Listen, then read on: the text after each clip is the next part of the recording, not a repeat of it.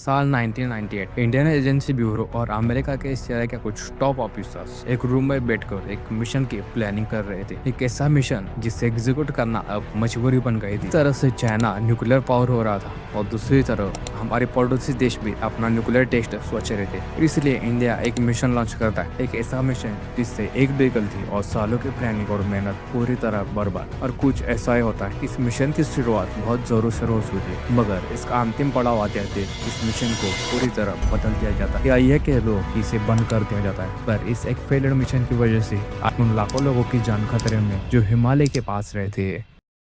October 1965 became the motivation for a joint India-America covert operation to the Nanda Devi. कि चीन को झुकाने के लिए अमेरिका की खुफिया एजेंसी CIA किस हद तक चली गई। भारत के सबसे पवित्र पहाड़ नंदा देवी पर 60 साल से एक न्यूक्लियर डिवाइस तक। सर नंदा देवी एक पीक है सर, वो नॉर्मल पीक से थोड़ा हट करके मानते हैं इवन माउंटेनियर्स, उसके बड़े सारे लेगेसी और वो भी हैं। उसके बारे में आप कुछ कि 1962 के वॉर से पहले अमेरिकन्स ने एक ऑब्जर्वेटरी लगाई थी हिमालय में पहाड़ के ऊपर, चाइना के जो न्यूक्लियर टेस्ट और ट्रायल चल रहे थे उनके ऊपर ऑब्जर्व करने के लिए। इस मिशन को करने के लिए खुद इंडिया से मनमोहन सिंह, जो एक एक्सपीरियंस माउंटेन क्लाइंबर है, इन्हें चुना जाता है। साथ ही अमेरिका के कुछ टॉप क्लाइंबर्स और मिलिटेंट की एक टीम भी बुलाई जाती है। इस मिशन की प्लानिंग खुद इंडिया के हाईएस्ट इंटेलिजेंस लोगों ने की थी। इसी के साथ इस मिशन को हाई सिक्योरिटी के नजर में रखा था, लेकिन फिर भी ये मिशन पूरी तरह फेल हो गया। तो आखिर ऐसा क्या हुआ जिसकी वजह से इस मिशन को बंद करना पड़ा? इतनी प्लानिंग और हाई मिलिट्री होने के बाद भी ये मिशन फेल कैसे हुआ? और सबसे इम्पोर्टेंट सवाल, आखिर कैसे सालों पहले किए गए इस फेल्ड मिशन की वजह आज भी लाखों लोगों की जान खतरे में है।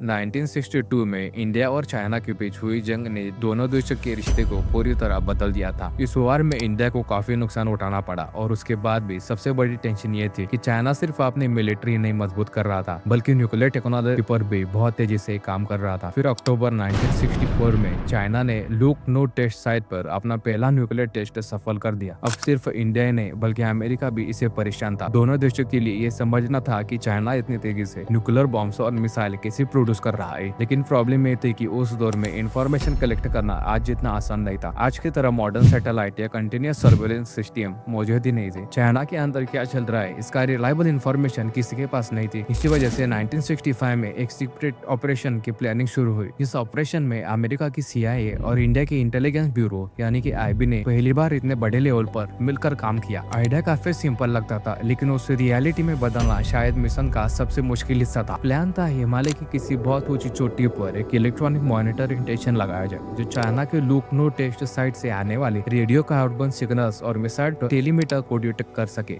इतनी ऊंचाई से सिग्नल रिसीव करके उसे नीचे बेस स्टेशन तक भेजना मुमकिन था। इस मिशन के लिए माउंटेन्स का सर्वे किया गया, लेकिन आखिर में चॉइस पड़ी नंदा देवी पर, जो उस वक्त इंडिया की दूसरी सबसे ऊंची चोटी और स्ट्रेटेजिक लोकेशन की वजह से इस मिशन के लिए सबसे सुटेबल मानी गई। लेकिन सबसे बड़ा चैलेंज सिर्फ माउंटेन पर चढ़ना नहीं था, असली चैलेंज था उस डिवाइस को चलाए रखना। नंदा देवी जैसे एरियाज में टेम्परेचर अक्सर -40 डिग्री सेल्सियस से भी नीचे चला जाता है। वह नॉर्मल बैटरीज कुछ दिनों में काम करना बंद कर देती है और उस दौर के सोलर पैनल्स भी इतने ऊंचे और मौसम में रिलायबल नहीं थे। यही से इस मिशन का सबसे सेंसिटिव हिस्सा शुरू होता है। अमेरिका ने एक special SNAP 19C radio isotope thermo electric generator यानी एक न्यूक्लियर बैटरी तैयार की। इसका काम किसी बॉम्ब की तरह ब्लास्ट करना नहीं था, बल्कि रेडियो एक्टिव मटेरियल से निकलने वाले हीट को इलेक्ट्रिसिटी में बदलना था, ताकि मॉनिटरिंग इक्विपमेंट सालों तक बिना किसी मेंटेनेंस के चलती रहे। इस डिवाइस के अंदर प्लूटोनियम फ्यूल था, जिसकी वजह से यह लगातार इलेक्ट्रिसिटी जनरेट कर सकता था, और इसी प्लूटोनियम की वजह से इस ऑपरेशन को एक्सट्रीम सिक्योर में रखा गया। मिशन के लिए इंडिया और अमेरिका ने सबसे एक्सपीरियंस माउंटेनर्स को चुना। इंडिया टीम की कमांड कैप्टन मनमोहन सिंह कोहली के पास थी, जो कुछ ही महीने पहले इंडियन एवरेस्ट एक्सपेडिशन के लीडर कर चुके थे। अमेरिका साइड से भी एक्सपीरियंस्ड क्लाइंबर्स और टेक्निकल एक्सपर्ट्स इस मिशन का हिस्सा बने। मिशन से पहले पूरी टीम को अलग के माउंटेन किनली पर स्पेशल ट्रेनिंग दी गई, जहाँ उन्होंने फ्रीजिंग टेम्परेचर में इस भारी इक्विपमेंट को कैरी करना और असेंबली करने की प्रैक्टिस की। ट्रेनिंग खत्म होते अगस्त 1965 में टीम उत्तराखंड पहुंची और नंदा देवी की तरफ अपना सफर शुरू किया। उनके साथ डोजन्स और पोर्टर्स और शेपर्स भी थे, क्योंकि लगभग 56 किलोग्राम भारी न्यूक्लियर जनरेटर और बाकी इक्विपमेंट्स को इतनी ऊंचाई तक पहुंचाना किसी एक इंसान के बस का नहीं था। कई दिनों की मुश्किल चढ़ाई के बाद टीम अक्टूबर 1965 में लगभग 23,000 से 24,000 फीट की ऊंचाई पर कैंप 4 तक पहुंच गई। अब सुमित ज्यादा दूर नहीं थी और ये मिशन अपने सबसे इम्पोर्टेंट स्टेज में पहुंच चुका था। लेकिन हिमालय में एक चीज कभी प्रेडिक्ट नहीं की जा सकती और वो था मौसम। कैंप 4 पहुंचते ही अचानक जबरदस्त ग्लिज़ार्ड ने पूरे एरिया को अपनी चपेट में लिया। हिलट्रियस कैसे तेज हवाएं चलने लगे, विजिबिलिटी लगभग खत्म हो गई और टेम्परेचर इतना नीचे गिर गया था कि क्लाइंबर्स को ऑक्सीजन की कमी का खतरा बढ़ने लगा। अब टीम के सामने सिर्फ 2 रास्ते थे, या तो मिशन पूरा करने की कोशिश करे और अपनी जान रिस्क में डाले या फिर वापस लौट जाए। कैप्टन मनमोहन सिंह कोहली ने टीम की जान को मिशन से ज्यादा इम्पोर्टेंट समझा। इतना भारी जनरेटर लेकर उस मौसम में नीचे उतरना भी बहुत खतरनाक था, इसलिए उन्होंने एक फैसला लिया जो उस वक्त बिल्कुल प्रैक्टिकल लग रहा था। लेकिन बाद में इसी ने पूरे ऑपरेशन को हिस्ट्री का सबसे मिस्टीरियस मिशन में से एक बना दिया। टीम ने न्यूक्लियर जनरेटर, एनईटी और बाकी मॉनिटरिंग इक्विपमेंट्स को कैंप 4 के पास एक मजबूत चट्टान से स्टील केबल्स की मदद से बांध दिया। प्लान यह था कि जैसे ही सर्दी खत्म होगी वो अगले साल वापस आकर इस इक्विपमेंट को इंस्टॉल कर देंगे। लेकिन जब कुछ महीने बाद टीम वापस आई तो जहाँ यह न्यूक्लियर डिवाइस रखा गया था वहाँ कुछ भी नहीं था। 1966 की गर्मियों में जब माउंटेनर्स टीम दोबारा नंदा देवी पहुंचे तो उन्हें पूरा यकीन था कि कुछ महीने पहले छोड़ा गया इक्विपमेंट्स वही उनका इंतजार कर रहा होगा। प्लान सिंपल था, जनरेटर को वापस निकालना या फिर सुमित के पास इंस्टॉल करके मिशन कंप्लीट कर देना। लेकिन जैसे ही टीम कैंप 4 के पास पहुंची पूरा मिशन एकदम अलग मोड में चला गया। जिस जगह न्यूक्लियर जनरेटर को स्टील केबल से मजबूती से बांधा गया था वो पूरा रॉकी गायब हो चुका था। बर्फ और पत्थरों के बीच सिर्फ एक बड़ी सी टूटी हुई चट्टान नजर आ रही थी। जनरेटर, एंटीना और पूरा मॉनिटरिंग सिस्टम सब कुछ बिना किसी निशान के गायब था। शुरुआत में टीम को लगा कि शायद इक्विपमेंट्स आसपास ही कहीं बर्फ के नीचे दबे होंगे। माउंटेनर्स ने पूरे एरिया की तलाशी ली, लेकिन उन्हें सिर्फ टूटे हुए स्टील केबल्स मिले। यही से असली मिस्ट्री शुरू होती है। एक्सपर्ट्स ने 2 पॉसिबिलिटीज रखी। पहली है कि सर्दियों के दौरान एक बहुत बड़ा तूफान आया और उसने पूरे कैंप 4 को ही तबाह कर नीचे ग्लेशियर्स की तरफ धकेल लिया। दूसरी पॉसिबिलिटी और भी अजीब थी, क्योंकि जनरेटर लगातार हीट जनरेट कर रहा था। कुछ एक्सपर्ट्स का मानना था कि उसकी गर्मी ने धीरे धीरे बर्फ को पिघला दिया और वो खुद ग्लेशियर के अंदर धंसता चला गया। सालों तक ग्लेशियर की मूवमेंट्स के साथ वो गहरा चला गया, जहाँ तक पहुंचना लगभग नामुमकिन था। आज भी किसी के पास इसका जवाब नहीं है कि दोनों में असल में क्या हुआ था। जैसी ये खबर दिल्ली और वाशिंगटन पहुंची, ऑपरेशन का पूरा फोकस मॉनिटरिंग मिशन से हटकर रिकवरी मिशन बन गया। अगले 2 साल तक CIA, Indian intelligence bureau, ITBP और दूसरी और एजेंसीज ने मिलकर सर्च ऑपरेशन चला। माउंटेनर्स टीम को दोबारा ग्लेशियर पर भेजा गया, हेलीकॉप्टर से एरिया सर्वे किया गया और इससे इंस्ट्रूमेंट्स का इस्तेमाल किया जो रेडियोएक्टिव मटेरियल्स या मेटल ऑब्जेक्ट को डिटेक्ट कर सके। ग्लेशियर्स के नीचे तक प्रोब्स डाले गए और पानी और मिट्टी के सैंपल्स भी टेस्ट किए गए। इतनी बड़ी सर्च ऑपरेशन के बाद भी रिजल्ट लगभग वही था। जनरेटर का कोई निशान नहीं मिला। रिश्यू दोहराने का इंटरेस्टिंग फैसला लिया गया।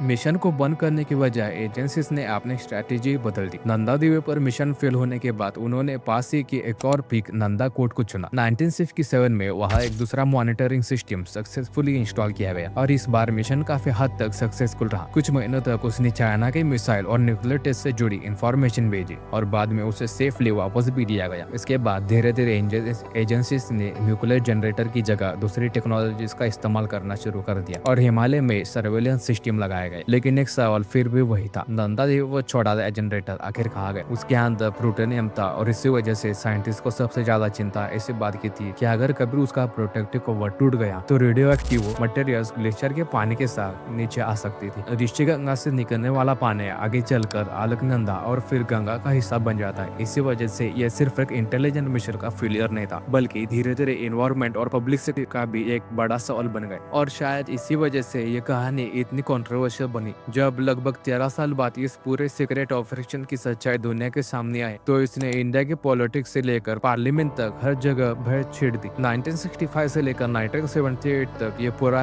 ऑपरेशन दुनिया से छुपा रहा। सिर्फ कुछ इंटेलिजेंस ऑफिसर और सरकार के चुनिंदा लोग ही जानते थे कि हिमालय के एक छोटी पर CIA और इंडियन इंटेलिजेंस ने मिलकर एक plutonium powder monitoring device install करने की कोशिश की थी। लेकिन हर सीक्रेट मिशन की तरह यह ऑपरेशन भी हमेशा हमेशा छुपा नहीं रहा। अप्रैल 1978 में अमेरिकन जर्नलिस्ट हार्वर्ड कोहन ने इस सीक्रेट मिशन पर एक डिटेल्ड रिपोर्ट पब्लिश की, जिसमें पहली बार दुनिया को पता चला कि नंदा देवी पर एक न्यूक्लियर पावर डिवाइस खो गया था। रिपोर्ट पब्लिक होते ही इंडिया में पॉलिटिकल कंट्रोवर्सी शुरू हो गई। पार्लियामेंट में सरकार से सवाल पूछे गए कि इतना सेंसिटिव ऑपरेशन देश की जनता से इतने सालों तक क्यों छुपाया गया, और अगर डिवाइस के अंदर प्लूटोनियम था तो क्या गंगा का पानी कभी रेडियो एक्टिव हो सकता है। उस वक्त के प्राइम मिनिस्टर मोरारजी देसाई ने पार्लियामेंट में इसी ऑपरेशन की पुष्टि की। उन्होंने माना कि 1965 में इंडिया और अमेरिका ने मिलकर ये मिशन चलाया और एक्सपेडिशन के दौरान डिवाइस वाकई नंदा देवी पर खो गया। सरकार के मुताबिक उस वक्त करवाए गए साइंटिफिक इन्वेस्टिगेशन में किसी भी तरह की रेडियो कंटेनेंस का कोई सबूत नहीं मिला। इसके बाद गवर्नमेंट ने देश के कुछ सबसे बड़े न्यूक्लियर साइंटिस्ट की एक कमेटी बनाई, जिसे बाद में आत्माराम कमेटी के नाम से जाना गया। अब सबसे बड़ा सवाल ये था कि ये ब्लास्टर डिवाइस वाकई